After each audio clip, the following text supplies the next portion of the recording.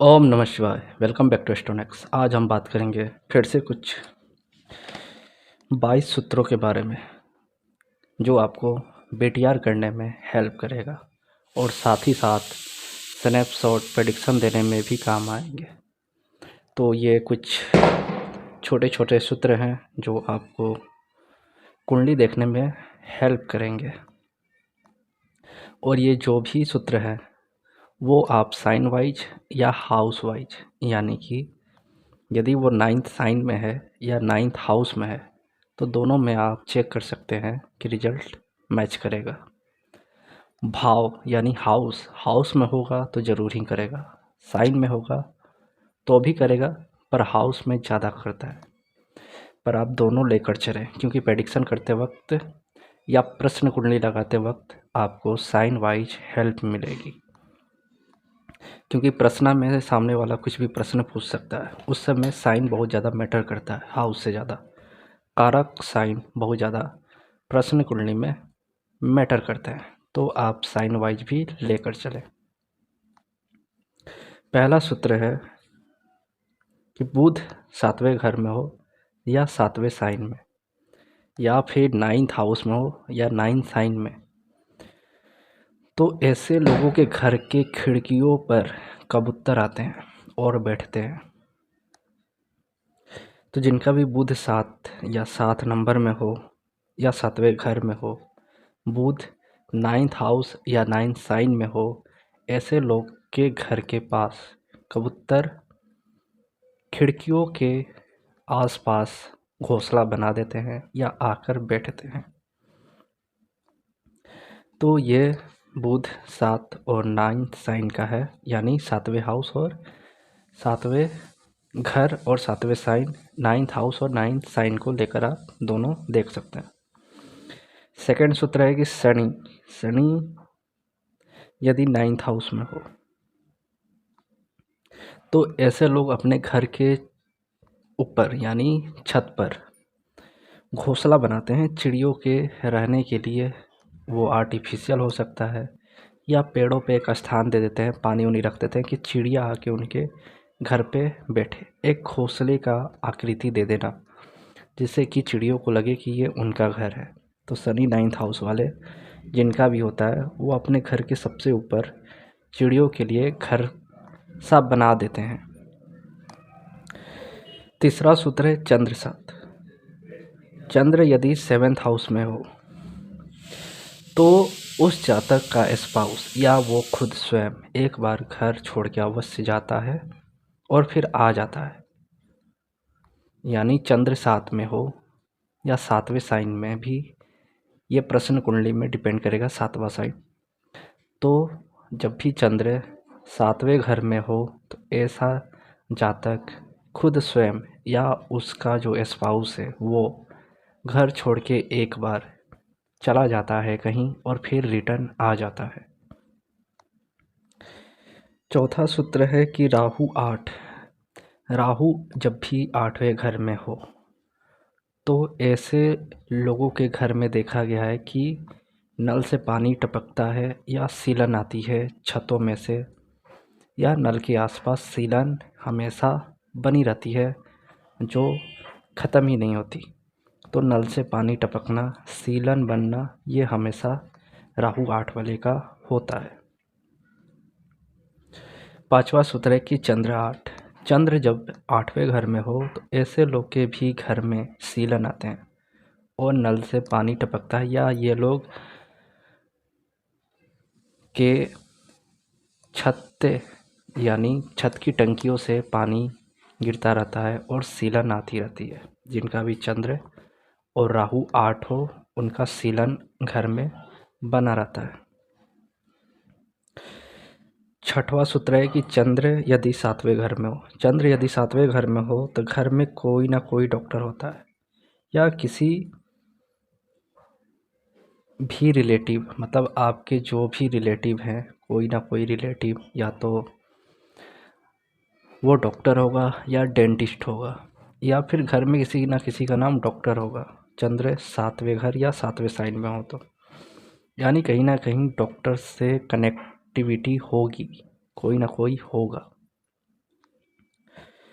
वो आपके बेटे भी हो सकते हैं, वो आपका स्पाउस भी हो सकता है, और वो आपके घर के मेंबर, चाचा, मामा या कोई भी हो सकते हैं। सातवां सूत्र है कि शनि पाँचवें घर में हो। शनि जब भी पाँचवें घर में होता है तो ऐसे लोग अक्खड़ बुद्धि होते हैं, जो एक चीज़ को पकड़ लिया, यानी जो चीज़ करना है वो करना है, और साथ ही साथ यदि उनको एप्रिसिएट किया जाए, किसी चीज़ की सराहना दी जाए, तो वो उसको नहीं लेते हैं और बोलते हैं चलो चलो तुमने ऐसा क्या कर दिया, चलो हटो। यानी वो एक नंबर के अक्खड़ बुद्धि होते हैं, वो किसी की नहीं सुनते हैं, उनको लगता है उन्होंने ही सारा कुछ किया है। तो शनि पाँच वाले आपके जो भी कॉन्टेक्ट में हो, आप चेक कर सकते हैं कि क्या वो थोड़ा अक्खड़ बुद्धि है, जल्दी समझता नहीं है, या किसी बात को दिल से ले लेता है और बोलता है कि अब तो ये कार्य करना है। आठवां सूत्र है कि शुक्र जब भी 11th हाउस में हो, शुक्र 11th हो या 5th हाउस में हो, दोनों में देखा गया है कि स्किन की प्रॉब्लम होती है। तो शुक्र जब भी 11th हाउस में हो तो स्किन का प्रॉब्लम दे देता है, स्किन डिजीज दे देता है ऐसे जातक का जिसका भी शुक्र 11th हाउस में बैठा होता है। नौवां शुक्र है कि नौवां सूत्र है कि शुक्र की दशा हो तो आप चेक करें कि उस जातक को लीवर यानी खाना ना पचना, लीवर का प्रॉब्लम होना, और साथ ही साथ स्किन डिजीज होना, यानी शुक्र की दशा में ज़्यादातर लीवर ख़राब हो जाती है, खाना ठीक से नहीं पचता है, स्किन डिजीज होने लगती है, पिंपल्स आने लगते हैं, और साथ ही साथ डायबिटीज़ भी हो सकती है, क्योंकि शुक्र से डायबिटीज़ और केतु से डायबिटीज़ देखते हैं। 10वां सूत्र है कि शनि की लास्ट दशा, यानी शनि की दशा जब ख़त्म होने वाली हो और उसके बाद जो बुध की दशा आती है, उस दशा के आने से जो जातक यदि नहीं पढ़ रहा होता है वो पढ़ने लगता है, और जो जातक पढ़ता है वो पढ़ाई रुक सी जाती है। तो ऐसा देखा गया है कि शनि की दशा जैसे ही एंड होती है तो जातक जो विद्यार्थी था, जो नहीं पढ़ता था, वो पढ़ने लगता है, और जो पढ़ता था वो रुक सा जाता है। तो ये चेक करें जिसका भी ये शनि दशा ख़त्म हुआ। 11 सूत्र है कि शनि केतु साथ हो तो ऐसे जातक के ठुड्डी पर कट का निशान होता है, यानी चिन्ह जो हमारा ठुड्डी है, चिन्ह है, उस पे कट का निशान होता है शनि केतु जब भी साथ हो तो। 12वां सूत्र है कि बुध और बृहस्पति जब दोनों एक साथ हो, या तो वो आमने सामने बैठ के दृष्टि संबंध बना रहे हो, या वो दोनों एक साथ बैठे हो, तो ऐसे में जातक को नाक टच करने की आदत होती है, यानी वो नाक अपना टच करता रहता है। तो बुध बृहस्पति, या तो बृहस्पति बुध के साइड में हो या बृहस्पति बुध के साइड में हो, यानी मिथुन या कन्या में हो, या बुध धनु या मीन में हो, या वो दोनों एक साथ हो, ऐसे लोगों को नाक टच करने की आदत हो जाती है। क्योंकि बुध और बृहस्पति, यानी कि बृहस्पति जातक है और बृहस्पति नाक भी है, और बुध है हाथ है एक तरह से, क्योंकि थर्ड हाउस होता है, तो टच करने की आदत हो जाती है उनको नाक की। सूर्य जब भी 10वें हाउस में हो तो ऐसे लोगों के सर के बाल जो होते हैं बहुत जल्दी सफ़ेद हो जाते हैं, और ऐसे जातक को कलर करने का शौक़ होता है। सूर्य 10 वाले को बहुत ज़्यादा बाल कलर करने का शौक़ होता है, क्योंकि इनके बाल बहुत जल्दी पक जाते हैं।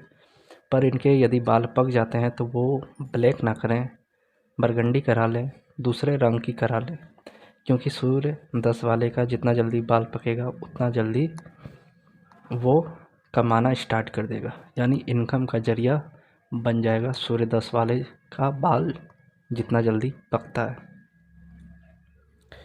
और यदि वो ब्लैक कर लेते हैं तो वो दिक्कत हो जाता है, तो ब्लैक ना करें, वो मेहंदी कलर कर लें या मेहंदी का यूज करें जिनका भी सूर्य 10 में हो।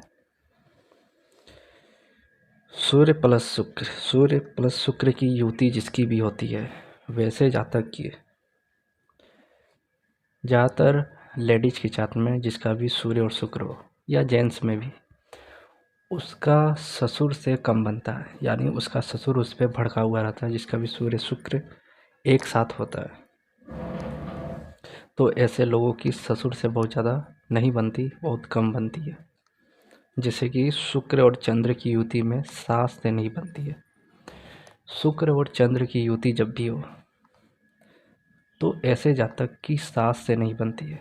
और शुक्र और सूर्य की युति में ससुर से नहीं बनती, यानी सूर्य हो गया पिता और शुक्र हो गया स्पाउस। तो यहाँ पर उस जातक का स्पाउस के फादर से नहीं बनेगा, और शुक्र हो गया स्पाउस और चंद्र हो गया माता, तो उसके स्पाउस की माता से उसका कम बनेगा। यानी कि इन दोनों के कारण, ससुर और सास के कारण प्रॉब्लम क्रिएट होगा, जिसका भी सूर्य शुक्र में ससुर से नहीं बनेगा, और शुक्र और चंद्र में माता यानी सास से नहीं बनेगा। 16वां सूत्र है कि केतु जब भी 4th हाउस में हो तो ऐसे जातक को कुत्ते से डर लगता है, यानी इनको कुत्ते से बहुत ज़्यादा डर लगता है, जिनका भी केतु 4th हाउस में होता है। तो केतु 4 वाले कुत्ते से डरते रहते हैं। 17वां सूत्र है कि राहु 5वें हाउस में हो, या राहु 8वें हाउस में हो, या राहु 11th हाउस में हो, तो ऐसे जातक को एक ना एक बार जीवन में कुत्ता काट लेता है, यानी जीवन में कभी ना कभी कुत्ते ने काटा होगा। जिनका भी राहु 5, राहु 8 हो और राहु 11th भी, तो ऐसे जातक को कभी ना कभी कुत्ता ने काटा होगा, जिनका भी राहु 5वें घर, 8वें घर और 11th हाउस में हो, यानी 11वें घर में हो। तो ऐसे लोगों को भी कुत्ते से डर लगता है, पर केतु 4 वाले को कुत्ते से बहुत ज़्यादा डर लगता है। 18वां सूत्र है कि केतु जब भी 3rd हाउस में हो, इनको सुनने की आदत नहीं होती, सुनाने की आदत होती है, यानी केवल बक बक बक बक करते रहते हैं, अपनी गाथा गाते रहते हैं, यानी अपने दुखड़े केतु 3rd वाले गाते रहते हैं। बहुत ज़्यादा इनको अपने दुख को सुनाना होता है, जिनको केतु 3rd हाउस में होता है। केतु 1st हाउस, केतु जिसका भी 1st हाउस में होता है, तो ऐसे लोगों को लास्ट मिनट में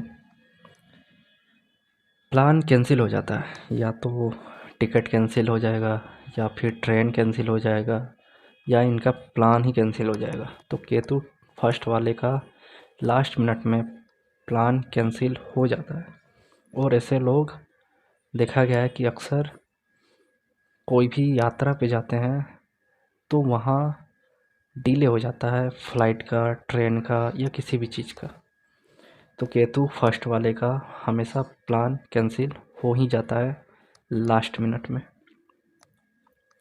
20वां सूत्र है कि केतु जब भी 4th हाउस में हो तो ऐसे लोगों को डायबिटीज होती है, मतलब जीवन में कभी ना कभी केतु 4th वाले को डायबिटीज हो जाएगी। साथ ही साथ शुक्र की दशा आ जाए तो ज़रूरी हो जाती है। तो केतु 4 वाले को डायबिटीज होता है।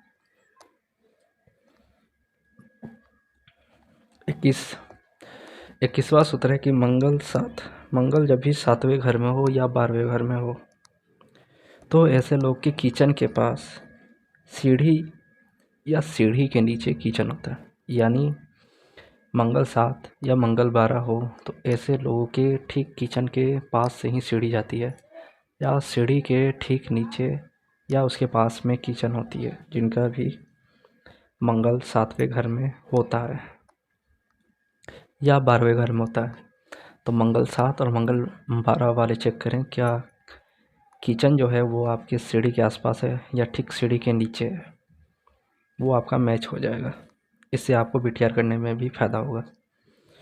22वां सूत्र है कि शुक्र राहु जब भी साथ हो तो ऐसे लोगों को गले में कुछ ना कुछ अनाज या खाते वक्त कुछ ना कुछ गोली जैसा फंस जाता है, जैसे मटर या कुछ भी, कोई भी चीज़ गले में फंसती है जिसका भी शुक्र राहु एक साथ हो।